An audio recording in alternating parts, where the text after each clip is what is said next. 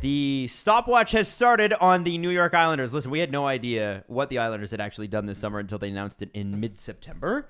Why? Lou Lamoriello. They've already banished a player, Bodie Wylde, who will not be there this year. They also added Zdeno Chara. So what is old is new again. It's so not fair. Chara is back for the first time since like the 90s ended. There's a famous story of Gretzky looking over at a rookie Chara and going, "This is why I'm retiring." So that was that was in the 90s. Oh that was God. in the Zdeno Chara played against Wayne Gretzky. Whoa.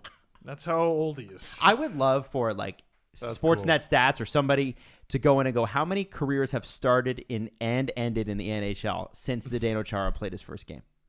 How many players have played against Have played their Gretzky? entire career in the NHL since he played. How many players have played against Gretzky and like McDavid?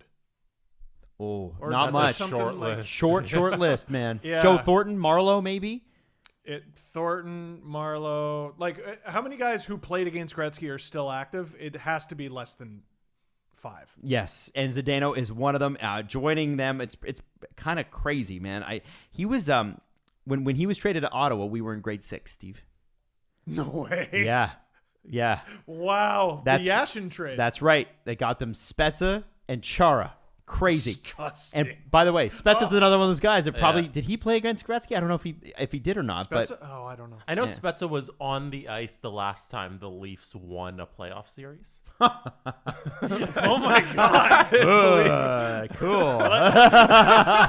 Super cool. That's a thing that happened. So anyway, the Islanders. the Islanders, who are a mean piece of work to play against, They sure are. signed that mean piece of work. And I don't think he's a particularly great mean piece of work anymore, but he's not going to need to be on the New York Islanders. if my facts are correct, they're also going to be playing in a brand new arena this year too, which is kind of cool. This is, it's amazing. I can't keep track. It's amazing about Lou Lamoriello because he comes in and he gets everything done that needs to get done with the Islanders. He figured out all the contracts. He's got one of the best goaltending coaches in the league, Varlamov and Sorokin. What a great pairing for the Islanders, and they are a defenseman factory. And it's part of the reason, like, they lose Jordan Eberle, and he's one of the best players the Kraken were able to get away from any team just in a pure claim. But because of the way the New York Islanders are run, because of the way that they play, the synergy of it all, I mean, they're a team, but not in the Pierre Dorian way. They're a team, and they play a certain way, and you know what to expect, so they can survive losing Jordan Eberle, and that's not a shot against Eberle. It's just the Islanders are that good. I wanted to ask you guys something I wrote down. I wrote down something I wanted to pitch it to you guys because I don't know if I'm overthinking the whole situation. Let's see it. I guarantee you are, but go ahead. So I had a theory about how I should temper my expectations for when I'm doing my picks for this division, where the Islanders are going to finish in the division, but over-expect where I think they'll go into the playoffs. I think that's fair. Yeah, I thought of that. Because in 2019, the Islanders finished 4th in the East. In 2020, they finished 7th in the East. In 2021, they finished 4th in the Mass Mutual. They've never been a top-notch regular season team. Because they can't score. But each of those years, they went to they lost in the conference finals, lost in the conference finals, lost in the second round. They've been unbelievable in the playoffs, but over this 82-game season, should I rank them a little lower in the division? Because that's just going to how the team is going to play out. And then when they get to the playoffs, they're going to be this team that's just going to steamroll to the conference finals again. So my question to you on that would be, if they are not first or second, who is? And I know we're going to talk about that as these rankings continue. That's the hard thing. But I have one team in this division I rate above the Islanders. One team. And that is the perennial regular season champ, Washington Capitals. They are always banging in the regular season. So I don't like the direction that team's going. well, we'll talk about that during I the know. But okay, now I do want to talk about this. Zach Parise is an Islander now. Yep. Not really surprising. Old Lou guy. Old Lou guy who I'm sure, okay, we all think his past is best. All right, watch him get 20 more points than he did last season. Yeah. Because he's playing the for Islanders. Lou Lamoriello. Now, and guy who can't grow a beard, signing with the Islanders. It's good stuff. Parise, Jean-Gabriel Peugeot, and Wallstrom will be the third line. Now, it's fair to say that the Islanders have the most notorious and potentially, depending upon how you look at it, most effective fourth line in the NHL in Martin Cizikas and Clutterbuck. The identity line. The identity line. This, I don't think, the Leafs signed Matt Martin away for a couple of years. And he didn't feel like the same Matt Martin without those two. Yeah. There's something about the three of those guys together that really, man, they're a pain in the ass to play against. On the Leafs, he was designated muscle. Yeah. And now it's muscle by committee.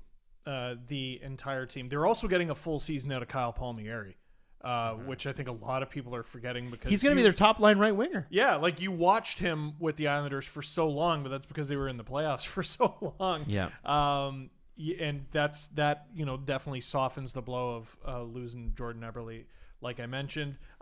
They're solid lines 1 through 4. They're a team that is always going to outperform how they look on paper. Pelech is going to be on the outside conversation for Team Canada For the Olympics. Yeah, like they're really good. Well, it's odd to see the Islanders without why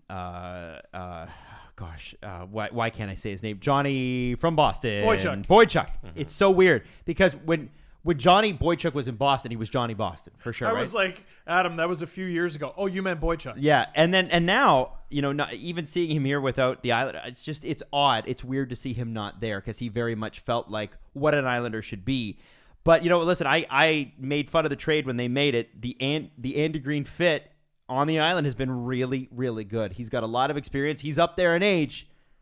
He can still play. I keep telling you, man. I keep telling you, Lou's got magic. They also had to dump Nick Leddy to the Red Wings in exchange for Richard Panik just because they couldn't fit the 5.5 that Leddy was making on the roster. That's pain. But they can survive that. Right. And they lost Travis Zajac to retirement. Mm-hmm. But I think Parise and Palmieri can sort of make up for whatever Zajac was going to. And I think Zajac was probably just done. I'm actually surprised to see Leddy hurts more. Leddy hurts more for sure. And you almost wonder if they look at the Devon Toews trade last year and go, God, did we need to make that one?